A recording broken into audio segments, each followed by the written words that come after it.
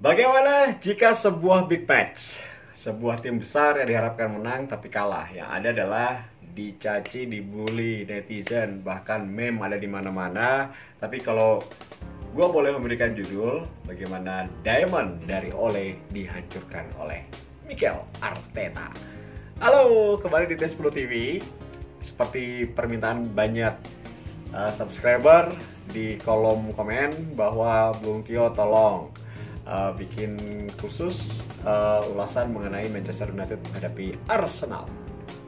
Oke, dan sekaligus gue akan memberikan opini gue mengenai Manchester United di bawah Ole Gunnar Solskjaer. Inilah ulasan T10 TV, tapi sebelumnya jangan lupa untuk subscribe dan juga nyalakan notifikasi lonceng dan juga share videonya kemana-mana.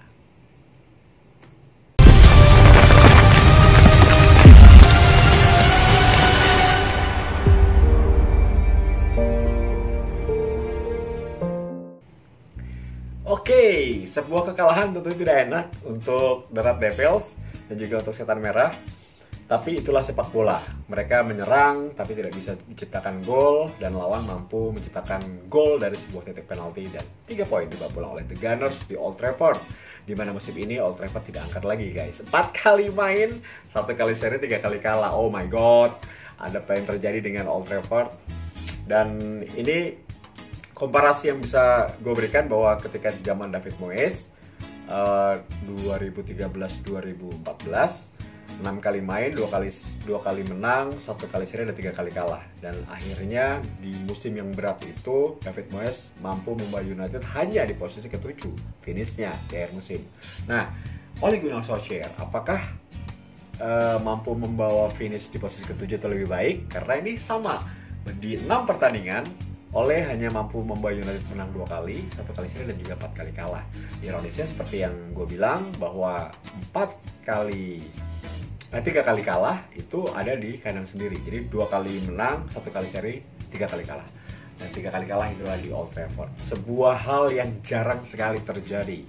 Pertanyaan besar, mampukah Ole bertahan hingga akhir musim? Mampukah United bangkit sebelum akhir musim? Ini 2 pertanyaan yang berbeda. Ya, kalian yang bisa menjawabnya. Kalian ingin Ole stay atau Ole out? Ya, tapi kalau opini dari gua, harusnya Ole stay. Karena apa? Karena kita ingat, Ole datang ke United itu compang-camping, timnya compang-camping, bahkan nyaris keluar dari 5 besar, bahkan mungkin degradasi. Tapi Ole mampu memberikan satu perubahan besar dengan membawa United ke level seperti sekarang ini. Banyak pemain muda dipercaya. Membangun tim muda itu tidak mudah. Berbeda dengan membangun tim yang sudah berisi para pemain senior atau pemain bintang. Itu tantangannya berbeda. Tapi dengan pemain muda seperti Greenwood, kemudian kita bisa lihat di lini tengah ada McTominay, kemudian datang lagi satu pemain Van de Beek. Ini tidak mudah untuk menyatukan sebuah tim di mana ekspektasi supporternya tinggi sekali untuk membawa kembali United juara. Sudah lama tidak juara. Siapapun pelatihnya akan tekanannya, pressure-nya sangat tinggi. Pemain pun pressure-nya sangat tinggi. Oke, ini opini gue. Kita bahas dulu ketika United kalah 0-1 menghadapi Arsenal. Ada apa? Kesalahan pertama menurut gue adalah ketika Pogba dipasang sebagai starting line up. Karena sebelum video-video sebelumnya, gue bukan anti Pogba, tapi gue anti permainan lambat atau merusak permainan di tengah. Ketika United punya McTominay, Fred, Matic, bahkan Van de Beek, ada Bruno Fernandes, itu di tengah cepat sekali ngalir. Ketika bola jatuh di kaki Pogba, maka sepersekian detik bola itu menjadi lambat. Dan di Liga Inggris nggak bisa 4 sentuhan, 5 sentuhan. Pogba selalu gelandang stylish, dan selalu menjadi kartu mati. Ketika melihat Pogba, waduh, ini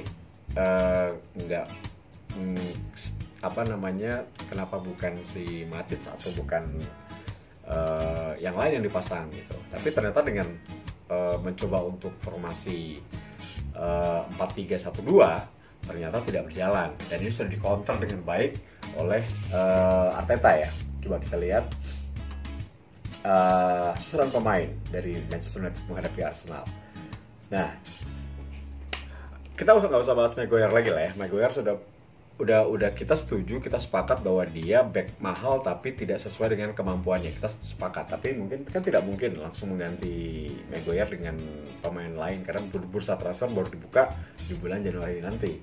Nah, David De Gea oke, bermain lagi bagus. Kita lihat Luke Shaw oke, dia bermain di kiri karena Alex Telles terkena COVID. Kemudian Maguire berpasangan dengan Lindelof, dan Aaron Wan-Bissaka selalu menjadi pilihan utama di sisi kanan.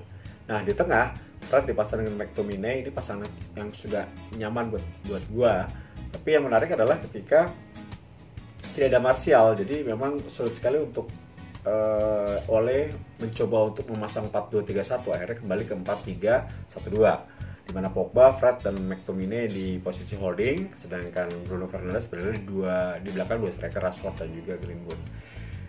Hanya Pogba, sejak awal gue lihat, aduh Pogba kenapa ya, nggak matiin saja sekalian, atau coba aja Van de Beek gitu main, buat apa dia dibeli mahal-mahal tapi nggak dipasang di partai penting gitu. Kalau Cavani kan memang masih belum bisa main 100%, selalu mungkin akan jadi pemain cadangan. Nah, sedangkan yang menarik dari Arsenal, Mikel Arteta tidak menurunkan Granit Xhaka sejak awal. Nah, ini sebuah pertanyaan, ada apa ya? Ternyata dia memiliki satu,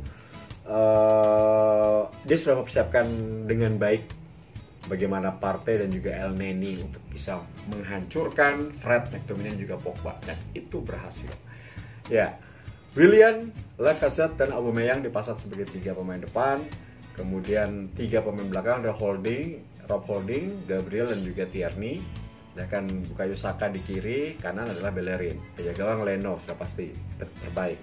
Nah, yang sejak awal pertandingan gue lihat bahwa United terlalu percaya diri untuk bisa melakukan serangan untuk mencetak gol terlebih dahulu di kandang sendiri. Tapi mereka harus ingat bahwa lini belakang mereka terlambat turun. Aaron Wan-Bissaka dan juga Luke Shaw sering asik menyerang di sisi flank kiri dan kanan, tapi mereka kerap terlambat, dan itu dimanfaatkan dengan baik oleh Bellerin di kanan dan juga Bukayo Saka. Hampir 60-70% dari statistik yang gue lihat di beberapa situs bahwa serangan selalu dari Bukayo Saka. Jadi di sisi kanan dari United selalu menjadi target utama awal serangan. Di situ ada Aubameyang dan juga Bukayo Saka yang membuka ruang, dan ini merepotkan Lindelof dan juga Aaron Wan-Bissaka. Kemudian ketika build up serangan, United selalu build up serangan dari David De Gea, Maguire atau Lindelof. Ketika build up serangan langsung pressing di daerah pertahanan lawan dilakukan di area 14 atau di depan 2 center back United, dilakukan dengan baik oleh Willian, Lacazette dan Aubameyang. Ini yang membuat sulit sekali United meramu serangan dengan baik, build up serangan dengan baik, selalu ditekan. Dan Partey dan El Neni ini bermain sangat baik. Area tengah mereka kuasai sehingga sulit berkembang, bola tidak bisa mengalir kepada Rashford dengan Greenwood karena permainan dari Ole selalu umpan panjang, sprint dilakukan oleh Martial, Rashford atau Greenwood. Tapi kan Martial tidak bermain, dan dua orang ini selalu coba umpan panjang dan ke dalam kotak penalti lawan atau sprint dengan lini belakang lawan. Beberapa kali nyaris, untung Leno dalam posisi yang cukup bagus untuk menjaga gawang Arsenal dan tidak kebobolan. Itu babak pertama. Nah, babak kedua tampaknya sudah ada perubahan coba dilakukan ya. Karena Fred sudah mendapatkan kartu kuning, maka dimasukkanlah Nemanja Matic. Itu pun tidak merubah, lagi-lagi Pogba masih dipertahankan, entah kenapa. Baru Van de Beek dan Cavani masuk ketika United kebobolan. Nah, Pogba melakukan sebuah kesalahan, meskipun kita tidak boleh menyalahkan Pogba seorang diri ya, karena itu kesalahan tim. Ketika United kehilangan bola dalam kotak penalti dari sentuhan, akhirnya wasit memberikan penalti. Mike Dean yang memberikan penalti. Itu wasitnya United. Mike Dean memberikan penalti di Old Trafford, dan untuk Arsenal luar biasa ini. Emang extraordinary league ya. Tapi menurut gue itu penalti, dan tidak didebat. Itu penalti menurut gue, dan diselesaikan dengan baik. Kembali mengingatkan gue pada 2006, kali itu gol Emmanuel Adebayor mengalahkan United di kandang mereka sendiri. Dan itu seperti deja vu ya. Akhirnya Aubameyang mau menyertakan gol. Dan gue ingat bahwa Thomas Partey itu adalah titisan dari Patrick Vieira.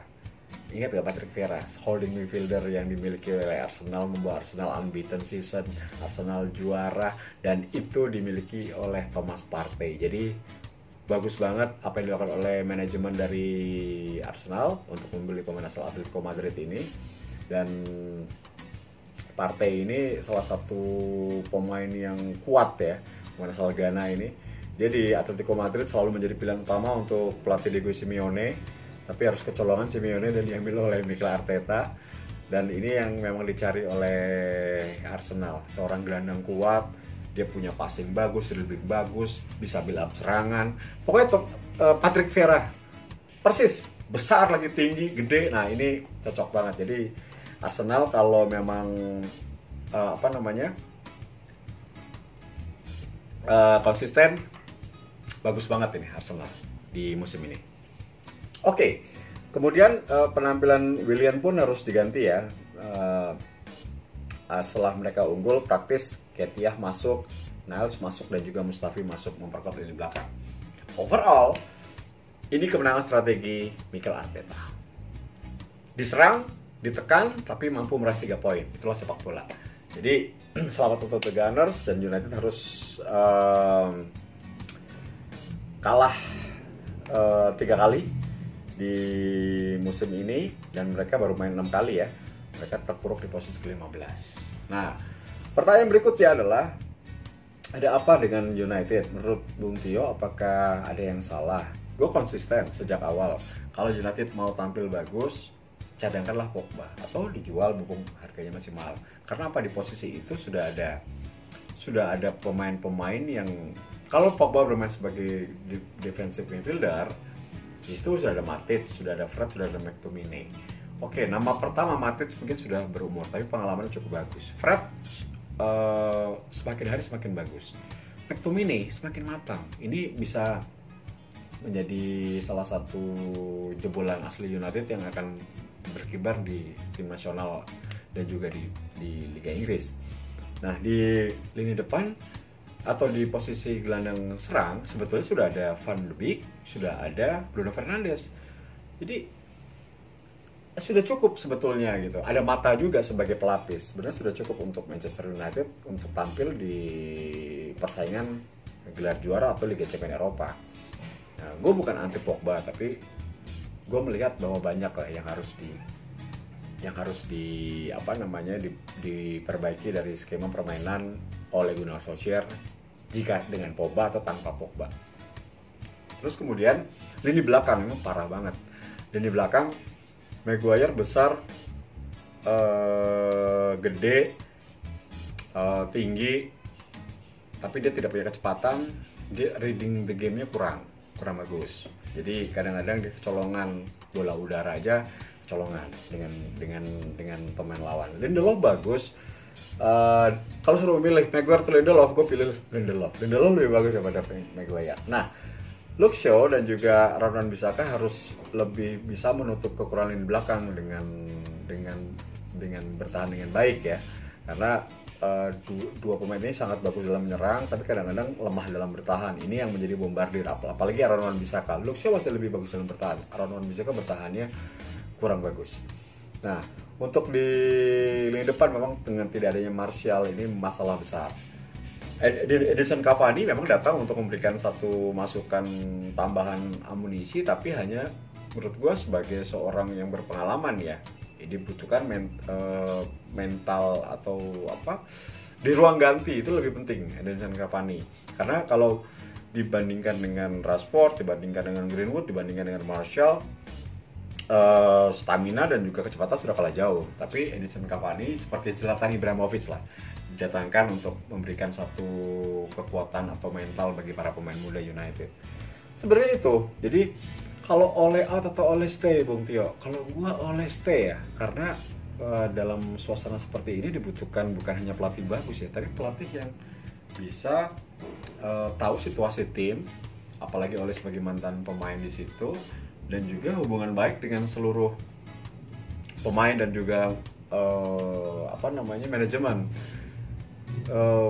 Dengan situasi tekanan tinggi dan siapapun yang akan melatih United, tekanannya tetap tinggi. Fans United dari ujung dunia sampai Indonesia itu pasti ingin United juara, apalagi United jarang juara, apalagi City lagi sering juara, apalagi Liverpool baru juara. Ini tekanannya tinggi banget. Jadi bukan hanya kesalahan Ole, ini tim. Jadi menurut gua kesalahan taktik. Ole harus merubah taktik dengan materi pemain yang sebetulnya lebih bagus dari ini terbaik dari 5 tahun terakhir menurut gua. Pasca Ronaldo hengkang, ya inilah tim terbaik yang dimiliki oleh Manchester United sebetulnya. Hanya memang perlu kesabaran. Ini para pemain muda semua. Kalian sebut siapa pemain yang jelek di United? Dilihat bangku cadangan aja.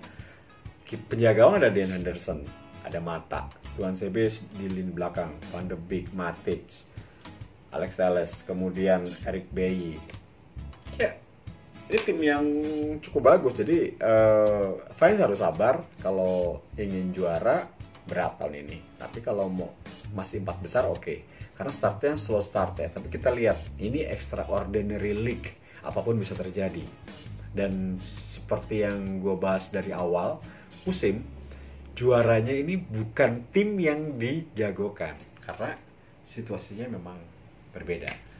Oke, itu mungkin ulasan gue mengenai United versus Arsenal, tapi ini baru pekan ke-7 dan United baru main 6 kali. Jadi buat fans United sabar ya, nyanyi glory main Unitednya nanti aja, sabar, ini masih panjang banget. Oke, gitu aja ulasan dari gue. Jangan lupa subscribe, nyalakan notifikasi lonceng, dan terus dukung ya channel gue T10 TV. Kita ketemu lagi di konten-konten berikutnya. Tidur Grok, sign out, bye.